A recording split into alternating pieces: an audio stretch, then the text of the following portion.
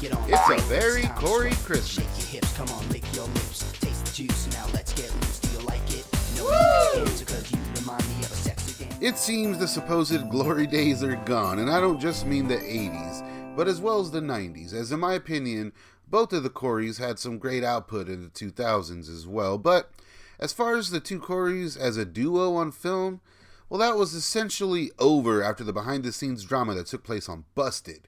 But we'll come back to that some other time. And as far as the 2000s went, it's safe to say it was a rough time for the fellas. A rough start at the very least. And while Felldog would hit it hard, and begin to appear more on television, all of which I've already covered. Check that out next. Well, the Hamster chugged forward with film, and in the year 2000 gave us yet another glorious entry into Corey Haim's horror movie treasure trove. On a Hollywood studio backlot, 4 struggling musicians get the break of a lifetime. We're shooting a rock band on the Lost. The Zodiac Killer is a tour guide right here. Went to the Psycho set, went to the Hunchback set, or we even went to Ghost Town. We found nobody. You know I don't like horror movies. And in every horror movie, there's always somebody getting naked. I get doubled to show my chest. Just because you have 2 of them doesn't mean you could double. Actually, this would be the last horror-themed film he would do, as, he was all set up to film a movie called The Dead Sea, but he passed before its production. And now that is basically a largely forgotten or lost or unproduced film. I'm not sure, but be sure to check out my video on Corey Haim's Lost Projects next, why don't you? And what a horror film to go out on here, this is a pretty fun, satirical take on the slasher genre, with its tongue firmly planted in its cheek. But it's also one of those early 2000s low-budget horror movies that kind of just has all these elements, yet still takes a lot of itself seriously for whatever reason, which makes for a uniquely fun ride if you can get past the overall cheap production and subpar script and, acting. But it doesn't really matter, because the shtick here is that most of the film was shot on the actual Universal Studios backlot, something they take full advantage of as they reuse famous locations like the Psycho house and whatnot. And ironically, this means that both Coreys have films shot on the Universal backlot, as The Burbs was also shot there, and The Burbs, may be the best example of how to use the famous backlot in a feature. And me being a Desperate Housewives enthusiast, well, Backlot Murders proved to be a lot of fun location-wise. Also, the Backlot Murders also prominently features the Lost World set, the sequel to Jurassic Park, here about 5 years after the film's release. For some reason, they feature it a lot. Let's break down the in-depth subtext and multi-layered storytelling of this high-art slasher masterpiece. 2002's Backlot Murders tells the tale of a rock and roll band full of rockers trying to make it in the biz, and after some contention with the member, the dudes eventually start to find some success, and thanks to one of their girlfriend's dads, they land a big budget music video shoot on the Universal backlot, specifically the Lost World set. But all they got to do is finish the video, and I'm guessing they become big rock stars. However, someone is picking off the band and crew one by one, all the while filming the murders as they kill into the night, dressed like Elvis.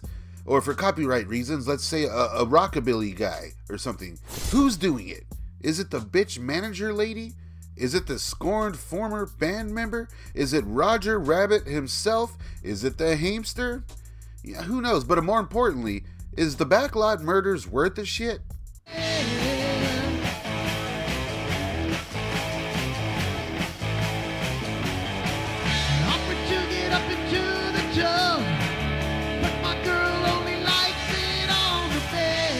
I admit I'm biased. I pretty much like anything with the Hamster in it. I am a fan of all that crap, you know what I mean? But he's barely in this one.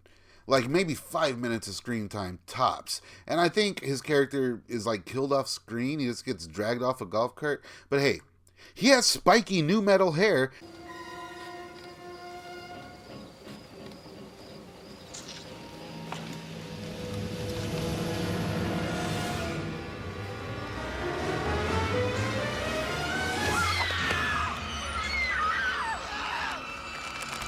And honestly, the few scenes we get featuring the Hamster, he just seems so uninterested. yet he has that flawless charm regardless. But back to the Hamster in a bit. Judging the Backlot Murders as a slasher film, I say it kinda works, but if it's very early 2000s straight to video, if you know what I mean. The script feels like a first draft at best, and this is from the same director who had already written a similar film with Heavy Metal Massacre.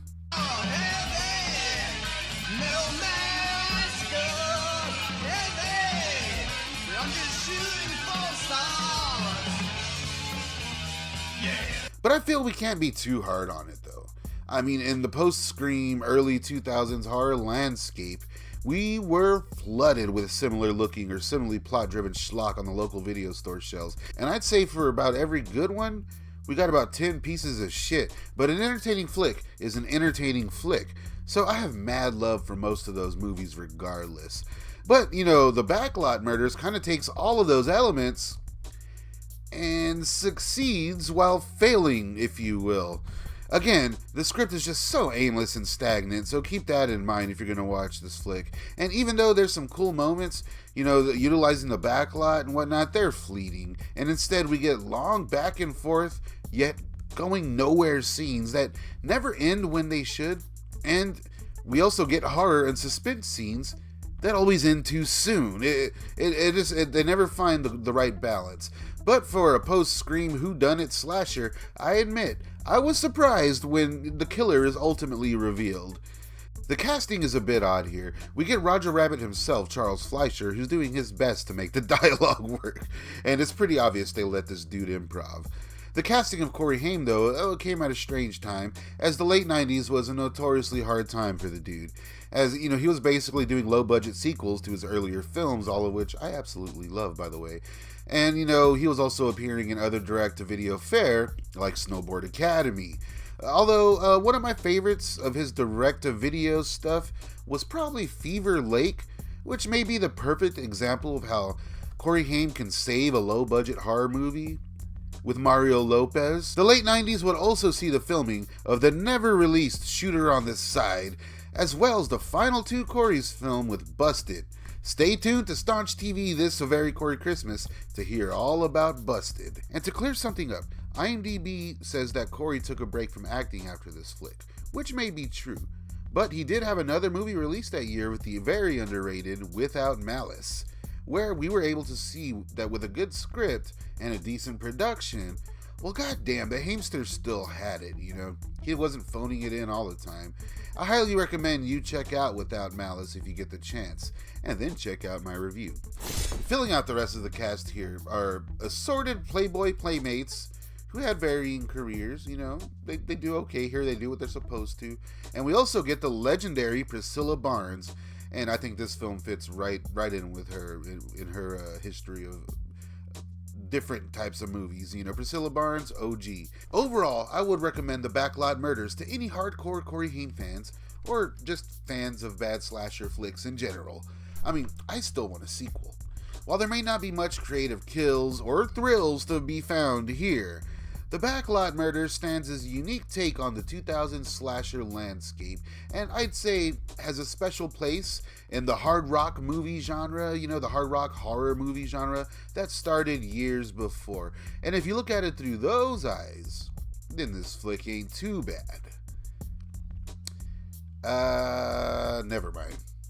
It's a very Corey Christmas. Please like and subscribe, and let me know what other Corey themed videos you want to see this month.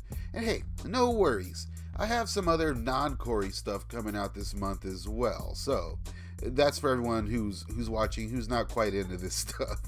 Leave me a comment down below. If you're a hater, go ahead and leave me a comment down below too. I'll see you there. And follow me on Instagram. Join in on all the strange fun only on Staunch TV.